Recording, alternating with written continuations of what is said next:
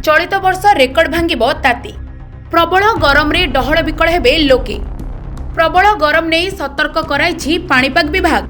ग्रीष्म ऋतु नहीं आईएमडी पक्षरु एक गुरुत्वपूर्ण पूर्वानुमान करा जाइछि। पाणीपाग विभागर कहिबा मुताबक एथर मार्च मासरु मे मास पर्यंत तापमात्रा स्वाभाविक ठारू अधिक रहिबो। आईएमडी अनुसार ग्रीष्म ऋतुरे देशर अधिकांश स्थान में तापमात्रा स्वाभाविक ठारू अधिक रहिबो बोली आईएमडी पक्षरु सतर्क करा जाइछि। समग्र राज्य में ताती एबे ऊपर मुहा। गोटिए परे गोटिए सहरर सर्वोच्च तापमात्रा रेकर्ड भांगी चली। गत 24 घंटे बौद्धरे राज्यर सर्वोच्च तापमात्रा 38.2 डिग्री सेल्सियस रेकर्ड करा जाइतिबा बेले 10टी सहरर तापमात्रा 37 डिग्री ठारू अधिक रहितिला।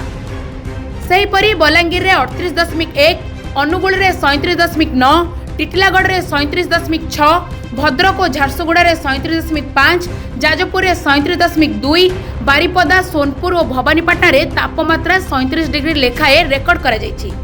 सेहीपरि राजधानी भुवनेश्वर रे तापमात्रा 36.1 डिग्री पहुंचलाणी, जहाँकि चलित वर्षर सबुठारु अधिक।